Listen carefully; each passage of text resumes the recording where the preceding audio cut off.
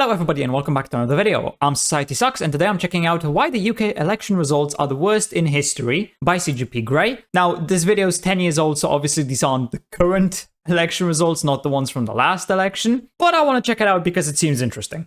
Hello Internet. The UK had an election we need to talk about because after the debates finished, the people voted and the ballots tallied, the results were this. But Parliament ended up looking like this, which isn't exactly representative. Yeah, it doesn't really make much sense. sense. I mean, at all. Red earned 30% of the vote and 36% of the seats, which is sort of close, but the rest is madness. I mean, there's Orange a 6% earned 8% difference. of the vote, but got 1/8 of that, while yellow's 5% just about doubled, and purple earned 13% and got squat. Meanwhile, blue's 37% of the people boosted to 51% of the seats in Parliament. The blue boost is even bigger when you consider that 51% of the seats gives you basically 100% of the control. How did this happen? In the UK, national elections aren't really national. They're a bunch of local elections. The UK is divided into constituencies, each of which elects one member of Parliament, MP, to represent them. This local national divide is where the trouble begins. Imagine a Parliament with just 3 constituencies, and it's easy to see how it wouldn't always align with the citizens. Some people think this sort of result is fine. It's all about winning local elections, they'll say. Each MP represents their constituency. And while the imbalance in this example is extreme, it's the same problem in the real election, and the same argument is given, but there are 2 more problems with it in reality land. First, few citizens have any idea who their MP is. They just know what party they voted for, what party they want to represent their views on the national level, and pretending like it's a competition on the local level is a bit disingenuous. In practice, it's an election for how the nation will run, not really for who's going to represent a tiny part of it. And even if it were, the individual constituencies are worse at representing their citizens than Parliament. Indulge this spreadsheet-loving nerd for a moment, will you? The difference between what a party earned at the polls and what they got in Parliament is the amount of misrepresentation error. If we calculate all the errors for all the parties and add them up, we can say that Parliament as a whole has a 47 percentage point of misrepresentation error. That sounds bad, but looks like a utopian rainbow of diversity compared to any local election, because the local elections have one winner. Out of the 650 constituencies, 647 have a higher representation error than Parliament. These are the only 3 that don't, and they're really unusual for having so many of a single kind of voter in one place. Most places look like the Wrekin, which is dead in the middle, a mere 101 points off. Note that the winning candidate here didn't reach a majority, which means more than half of constituencies elected their MP with a... He didn't get majority, he just got the most votes. So that's how that works there, okay? So you don't even need to win majority, as long as you just have the highest amount, you win. Well, I mean, technically, if the highest amount is like,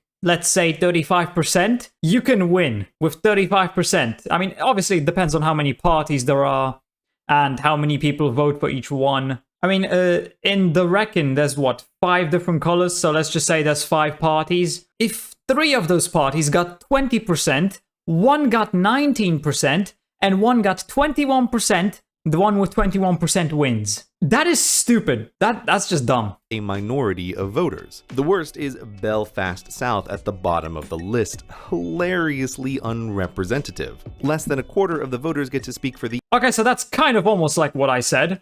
Just there's way more parties, but they all have so little that 25%, well, 24.5% is enough. Entire place in Parliament. This is the lowest percentage an MP has ever been elected by. So when people argue that the UK election is a bunch of local elections, it's even more of an argument that the elections are broken, because they're worse on this level. These elections are terrible because of the first-past-the-post voting system, which I have complained mightily about and won't repeat everything here, go watch the video. But TLDR, it only works when citizens are limited to 2 choices. Voting for any party except the biggest makes it more likely the biggest will win by a minority, which is exactly what happened. That citizens keep voting for smaller parties despite knowing the result is against their strategic interests demonstrates that citizenry wants diverse representation, but that success is the very thing that has made this the most unrepresentative parliament in the history of the UK. Now, people happy with the result argue that the system is working fine. Of course they do. Their team won. Well, yeah, because they won. Where a singular winner must be determined. It's a system to make rules that everyone follows, and so we need a system where everyone can agree that the process is fair, even if they don't like all the rules. If you support a system that disenfranchises people you don't like and turbo-franchises people you do, then it doesn't look like you support representative democracy. Really. It looks like you support closer to kind a of dictatorship light, where a potentially small group of people, including you, gets to make the rules for everyone else. And technically, to solve this issue, the people who are in office, the ones who run the government, would have to change this. But they'll never do that because they benefit from this system. After all, this system is the reason why they have a majority of the seats, why they're in power. So they'll never change it because it goes against their interests. It's a bad system, but it won't be changed because the people who benefit from it are in power and they're the only ones who can change it. At least I assume they're the only ones. Just a shitty situation. And as it is now, on election day, the more people express what they want, the worse the system looks, which also makes them disengaged at best or angry at worst, and gee, I can't imagine why. This is fixable. There are many, many better ways the UK could vote. Here are two that even keep local representatives. And fixing voting really matters, because this is a kind of government illegitimacy. Fixing voting. I think STV is the one I watched before. I think I watched that video, or maybe it was a different one. I don't remember. Voting really but it was something with those because animals. This is a kind of government illegitimacy score, and it's been going up and may continue to do so unless this just fundamentally broken voting system is changed.